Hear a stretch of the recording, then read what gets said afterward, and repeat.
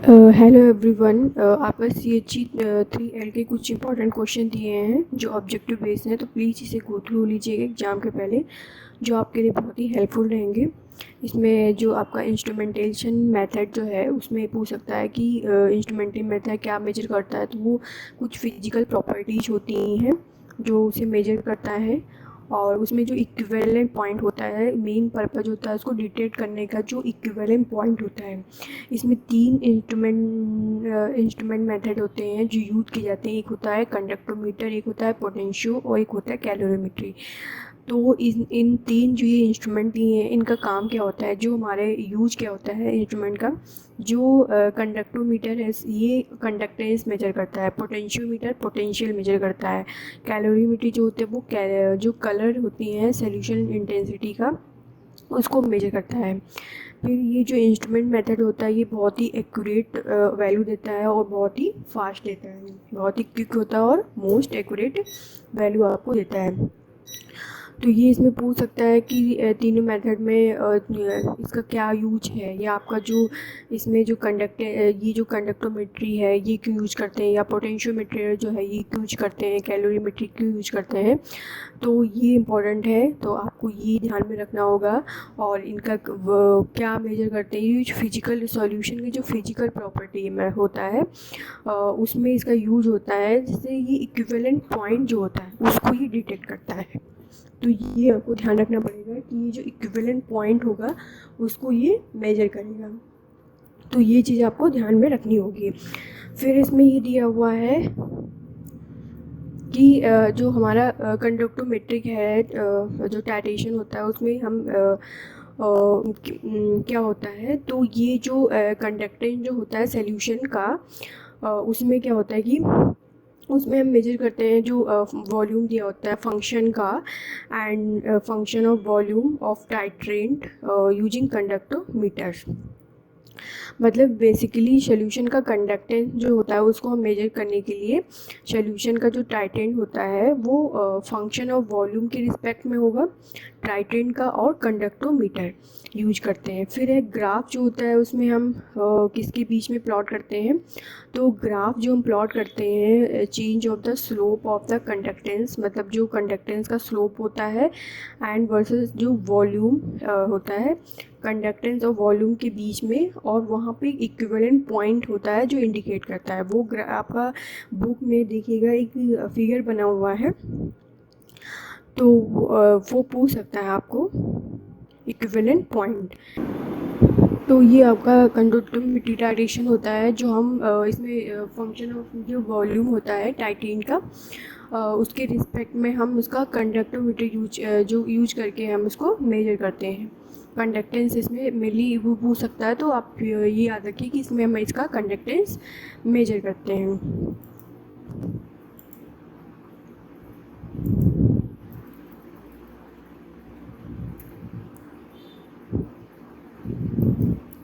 फिर इसमें जो ग्राफ होता है उसके किसके बीच में प्लॉट करते हैं, जो चेंज ऑफ स्लोप, आप बुक में जाके इस पर देख सकते हैं। ग्राफ जो है वो conductance and volume of the जो वॉल्यूम होता है उसके बीच में हम उसका जो कर्व होता है उसके बीच में हम उसके ग्राफ जो होता है प्लॉट करते हैं। वो इक्विवेलेंट पॉइंट एक जगह होता है, जो जब वो ग्राफ जो होता है कंडक्टेंस और वॉल्यूम का दोनों जो होता है वो इक्विवेलेंट पॉइंट पे जाता है। आप बुक में जाके देख सकते हैं पॉइंट ऑफ इंटरजेक्शन, वही जो पॉइंट होता है जो दोनों आके मिल जाते हैं।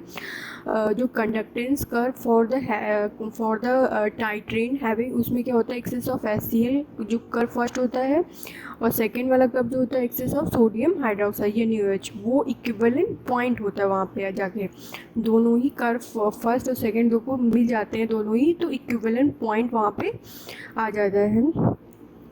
और पोटेंशियोमेट्रिक टाइटेशन जो होता है वो क्या होता है, जो पोटेंशियोमेट्रिक में हम पोटेंशियल उसका मेजर करते हैं।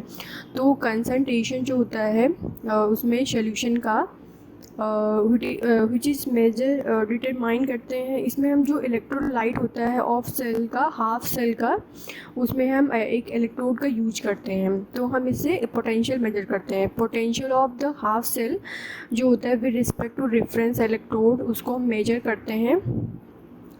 और जो पोटेंशियल किसके रिस्पेक्ट में, function of the volume of the ट्राइट्रेन, जो फंक्शन है वॉल्यूम का उसको।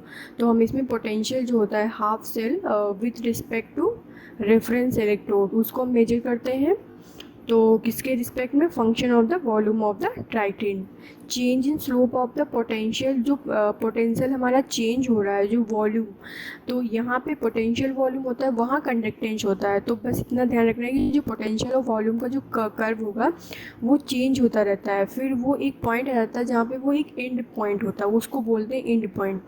ठीक है। स्पेशल केस ऑफ पोटेंशियोमेट्री जिसमें कि हाइड्रोजन कंसंट्रेशन जो होता है उसमें हम मेजर करते हैं, और जो पीएच होता है या हाइड्रोजन कंसंट्रेशन होता है उसको हम मेजर करते हैं, जिसको हम बोलते हैं पीएच मेट्री। मतलब पीएच मेट्री जो होता है उससे हम पीएच को और हाइड्रोजन आयन कंसंट्रेशन मेजर करते हैं, ये पोटेंशियोमेट्री में। ठीक है। तो इसमें पोटेंशियोमेट्री में पूछ सकते हैं कि ये किसके लिए होता है। तो ये तो हम इसका पोटेंशियल मेजर कर कैसे करते हैं, जो इलेक्ट्रोलाइट होता है इन हाफ सेल में उसको हम यूज करते हैं, उसमें इलेक्ट्रोड का यूज करते हैं, और उसमें हम पोटेंशियल जो हाफ सेल का होता है वो रेफरेंस इलेक्ट्रोड के रिस्पेक्ट में हम उसका वॉल्यूम जो होता है टाइटेन का उसको मेजर करते हैं, और उस जो चेंज होता है स्लोप का पोटेंशियल और वॉल्यूम के मतलब वर्सेस होता है, और वहाँ पे एक एंड पॉइंट इंडिकेट होता है। ठीक है। पोटेंशियोमेट्री में हम H प्लस और पीएच को मेजर करते हैं, वो होता है पीएच मेट्री होता है। फिर होता है कि एक रीजन होता है जहाँ पे पीएच जो होता है बहुत ज़्यादा चेंज होता है, शार्प चेंज होता है, वहाँ पे पीएच 7 हो जाता है, तो वो इंडिकेट करता है एंड पॉइंट इंडिकेट करता है। ठीक है।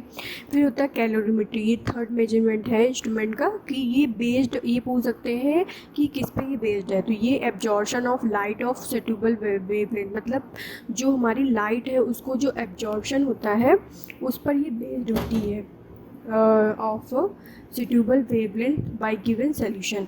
एब्जॉर्प्शन ऑफ लाइट जो होती है वो ये पूछ सकते हैं, जो एब्जॉर्प्शन ऑफ लाइट जो होती है वो डायरेक्टली प्रोपोर्शनल होती है concentration of a given absorbing. ये इम्पॉर्टेंट है, ये जो एब्जॉर्प्शन ऑफ लाइट होता है वो डायरेक्टली प्रोपोर्शनल होती है कंसंट्रेशन के। ठीक है। और ये जो absorption of light directly proportional होता है कंसंट्रेशन के, और तो इसी की वजह से हम पता करते हैं concentration of the absorbing solution. जो सोल्यूशन अब्जॉर्ब हो रहा है उसका कंसंट्रेशन पता करने के लिए हम इसका कैलोरीमेट्री का यूज करते हैं। इसका मेन पर्पज़ होता है कि जो हमारा वेवलेंथ होती है, वेवलेंथ ऑफ लाइट का जो एब्जॉर्प्शन को मेजर करने के लिए कि कितना वो एब्जॉर्ब कर रहा है, ये हमारा कैलोरीमेट्री में होता है। Absorption of light directly proportional होती है कंसंट्रेशन, जितना कंसंट्रेशन होगा उसका लाइट का एब्जॉर्प्शन उतना होगा। ठीक है। डायरेक्टली प्रोपोर्शनल होती है। तो यही सिंपल क्वेश्चन आपसे वो पूछ सकता है। फिर है कि इंस्ट्रूमेंटल मेथड जो होता है आर प्रिफर्ड ज़्यादा, मतलब एक इंडिकेटर मेथड होता है जिसमें आपके बहुत सारे इंडिकेटर दिए होते हैं, आपने पीएच वाले में है ये, तो ये चैप्टर पीएच वाले में है, तो वो इंस्ट्रूमेंटेशन मेथड है। ये इंस्ट्रूमेंटेशन मेथड में आपका कैलोरीमेट्री आ जाएगा, पोटेंशियोमेट्री आ जाएगा और कंडक्टोमेट्री आ जाएगा। तो ये मेथड ज़्यादा ही प्रिफर्ड होते हैं in the respect of indicator. Indicator आपने वो होते हैं आपके मिथाइल ऑरेंज वाले होते हैं, और आपका ये सारे जो होते हैं जो पीएच को इंडिकेट करते हैं उसमें कलर चेंज होता है। तो इंस्ट्रूमेंटेशन मेथड जो होता है वो ज़्यादा प्रिफर्ड होता है।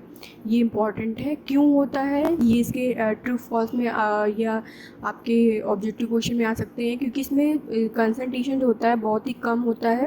Very small concentration substance can be estimate using instrumental method.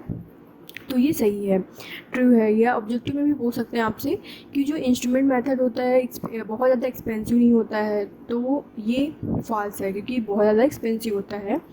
और इंस्ट्रूमेंटेशन मेथड जो होता है बहुत ज़्यादा इसमें रिक्वायर होता है lot of time, do not give accurate, ये फॉल्स है क्योंकि ये एक्यूरेट इससे आप मेजर कर सकते हैं और इसमें बहुत ज़्यादा टाइम की रिक्वायरमेंट नहीं होती है। और इसमें क्या होता है इंस्ट्रूमेंटेशन मेथड में डू नॉट रिक्वायर इंडिकेटर, हाँ इसमें इंडिकेटर की, क्योंकि इंडिकेटर मेथड दूसरा है। इंस्ट्रूमेंटेशन मेथड जो होता है वो क्यों होता है, बहुत ज़्यादा एक्यूरेट होता है। तो ये आपसे जो पूछा गया है ये बहुत ज़्यादा लॉट ऑफ टाइम नहीं होता है, बहुत ही फास्ट होता है और बहुत ज़्यादा एक्यूरेट टाइम देता है। तो ये आपका ट्रू है। ये ऑब्जेक्टिव में भी आपसे क्वेश्चन पूछ सकते हैं और ट्रू और फॉल्स में ऑब्जेक्टिव क्वेश्चन के रूप में आपसे पूछ सकते हैं। तो ये कुछ ऑब्जेक्टिव इंपॉर्टेंट क्वेश्चन थे। तो प्लीज़ आपको वीडियो मेरा पसंद आया तो प्लीज़ लाइक एंड सब्सक्राइब कर दीजिएगा और शेयर कर दीजिएगा और कमेंट्स कर दीजिएगा कि आपको मेरा वीडियो कैसे लगा। Please, thank you watching my videos.